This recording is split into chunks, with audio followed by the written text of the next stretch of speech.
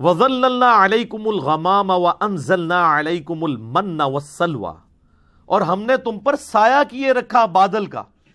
اور تم پہ آسمان سے من و سلوہ نازل کیا۔ کیا لاڈلی امت تھی جی۔ صحرائے سینا میں ہزاروں کلومیٹر کا سفر کرنا ہے، نہ کوئی پیڑ ہے نہ کوئی بلڈنگ ہے کہ جس کے نیچے وہ سستا سکیں۔ 6 لاکھ کا لشکر ہے، 12 قبائل کا، 50 ہزار کے آلموسٹ۔ تو اللہ تعالیٰ نے اسپیشل پروٹوکول دیا وقت کے پیغمبر کی موجودگی کی برکت سے کہ یہ پورا قافلہ جو ریگستان میں ٹریول کرتا تھا تو ایک بہت بڑا بادل جو ہے نا مسلسل سایہ کرتا تھا ان کے اوپر، چھتری ساتھ ساتھ چلتی تھی۔ لیکن دیکھ لیں کیا بات ہے، بات تو بہت بڑی ہے، منی ایک بھی نہیں انہوں نے اللہ دی، جو کچھ بھی ہے تیرے محبوب کی امت سے۔ سر بات یہ ہے، ایویں تو اللہ تعالیٰ کو غصہ نہیں ہے ان کے اوپر، یہ آگے دیکھیں گے ایک ایک غلطی گنوائی جائے گی ان کی، پھر اللہ تعالیٰ اپنے عذاب کے کوڑے گنوائے گا کہ تم نے یہ کیا تو ہم نے تمہارے ساتھ یہ کیا، تم نے یہ کیا تو ہم نے تمہارے ساتھ یہ کیا۔ اور یہ صرف ایک سٹوری نہیں ہے، بلکہ امت مسلمہ کو بھی بتایا جا رہا ہے کہ جس طرح آج تم لاڈلی امت ہونا کلیم کر رہے ہو، تم سے زیادہ ایک لاڈلی امت اپنے وقت میں رہی ہے، جن میں ہزاروں پیغمبر آئے، 3 کتابیں آئیں، لیکن جب انہوں نے پیغمبروں کی تعلیمات سے روگردانی کی تو اللہ تعالیٰ نے پھر ان کی کسی رشتہ داری کا لحاظ نہیں کیا، وہ تو پیغمبروں کی اولاد تھے بنی اسرائیل، اور ان کے اوپر ذلت قیامت تک کے لیے مسلط کر دی۔ تو یہ من و سلوہ کیا تھا؟ اب ظاہرہ ریگستان میں ہے، وہاں کوئی کھیتی بھی نہیں اگتی، سی فوڈ بھی کوئی نہیں ہے، تو کیا کریں گے؟ رات کے وقت شبنم کے قطرے پڑتے تھے اور وہ قطرے کنورٹ ہو جاتے تھے چھوٹی چھوٹی، آپ جس طرح یہ ہمارے پنجاب میں بھی بوندیاں ملتی ہیں نا، چھوٹے چھوٹے یعنی میٹھے قسم کے گول گول دانے بن جایا کرتے تھے، تو یہ من تھا، کاربوہائیڈریٹس ان کو یہاں سے مل جاتی تھی، ایکویلنٹ سمجھ لیں آپ گندم کا۔ اور سلوہ جو ہے وہ چند پرندے تھے بٹیر جتنے سائز کے، وہ ہزاروں کے ہزاروں جھنڈ آتے تھے، وہ غیبی جھنڈ تھے، ریگستان میں پرندے کا کیا کام ہے، پرندے تو وہاں زندہ ہی نہیں رہ سکتے، وہ اللہ کی طرف سے آتے تھے اور وہ آ کے وہاں بیٹھ جاتے تھے اور وہ بڑی آسانی سے ہاتھ سے پکڑ کے ان کا شکار کر لیتے تھے۔ یعنی جو جنت کے اندر آپ نے چیزیں اویل کرنی ہے اس کی ہلکی سی جھلک بنی اسرائیل کو جنتی خوراکیں یہاں پہ کھلائی گئی ان کو، لیکن کی انہوں نے نمک حرامی، جس طرح آج امت محمدیہ کر رہی ہے، اللہ ماشاء اللہ۔ تو اللہ کا تو کوئی رشتہ دار نہیں ہے، چاہے امت موسیٰ ہو چاہے امت محمدیہ ہو، علیہ السلام علیہم السلام،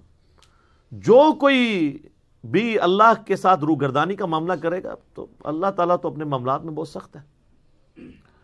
تو وہ پرندوں کو شکار کرتے تھے، پروٹینز ان کو وہاں سے حاصل ہوتی تھی، ایک پرفیکٹ غذا وہ کھا رہے تھے، جنتی خوراک، چھتری اللہ کی طرف سے۔ یہ سارے معجزات ہو کر بھی ایسا ہو سکتا ہے کہ کوئی شخص وقت کے پیغمبر کا باغی ہو جائے، اتنے معجزات اتنے لوگ دیکھ رہے ہیں،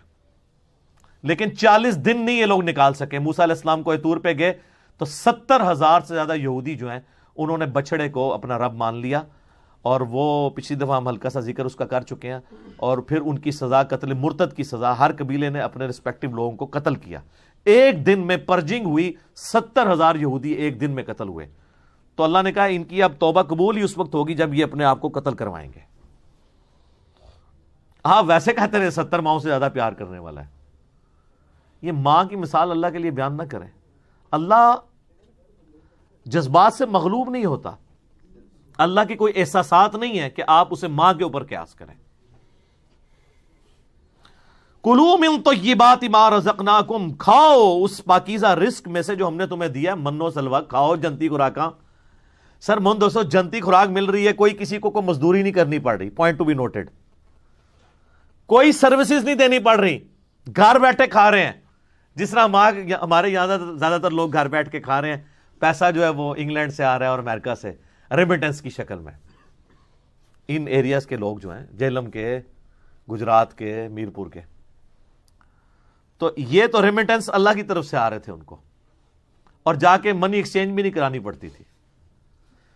اور کسی کی منت بھی نہیں مارنی پڑتی تھی، اٹھو اپنے خیموں سے نکلو، خیمے کے باہر جتنا ہے وہ تمہارا ہے، نہ کوئی دانا اگانا پڑنا ہے، نہ پانی دینا پڑنے ہے، نہ آپ کو کوئی فصل اگانی پڑنی ہے، نہ ٹینشن ہے کہ بارش ہوگی کہ نہیں ہوگی، نہیں، جنتی خوراک آ رہی غیبی اللہ تعالیٰ کی طرف سے، کھاؤ اللہ کے رزق میں سے۔ وما ظلمونا ولکن كانوا انفسهم یظلمون، ہم نے ان پر کوئی ظلم نہیں کیا تھا بلکہ انہوں نے خود ہی اپنی جانوں پر ظلم کیا۔ کیا سوز و گداز چھپا ہوا ہے جی اس جملے کے اندر؟ اللہ کہتا ہے میں نے تو کوئی کسر نہیں اٹھا رکھی، میں نے تو اتنے لاڈ کیے ان کے ساتھ، ہم نے کوئی ظلم نہیں کیا، ہم جو کر سکتے تھے کیا، لیکن انہوں نے اپنی جانوں پہ ظلم کیا، ہمارے ساتھ غداری کی۔ سر اس میں یہ جب قرآن نازل ہو رہا تھا نا، صحابہ کرام تو شاید اس انٹینسٹی کو نہ سمجھ سکتے، آج 1400 سال بعد ہم اس درد کو جس طرح سمجھ سکتے ہیں نا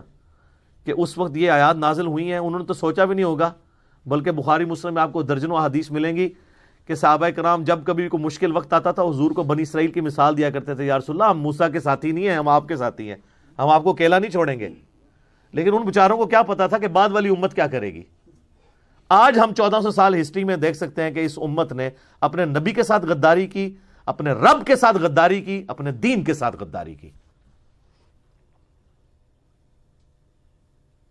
تو اللہ کہتا ہے ہم نے تو کسی پہ ظلم نہیں کیا تھا، انہوں نے خود ہی اپنی جانوں پر ظلم کیا، یعنی انہوں نے خود ایسے اعمال کیے کہ ہمارے عذاب کا کوڑا ان پر برسا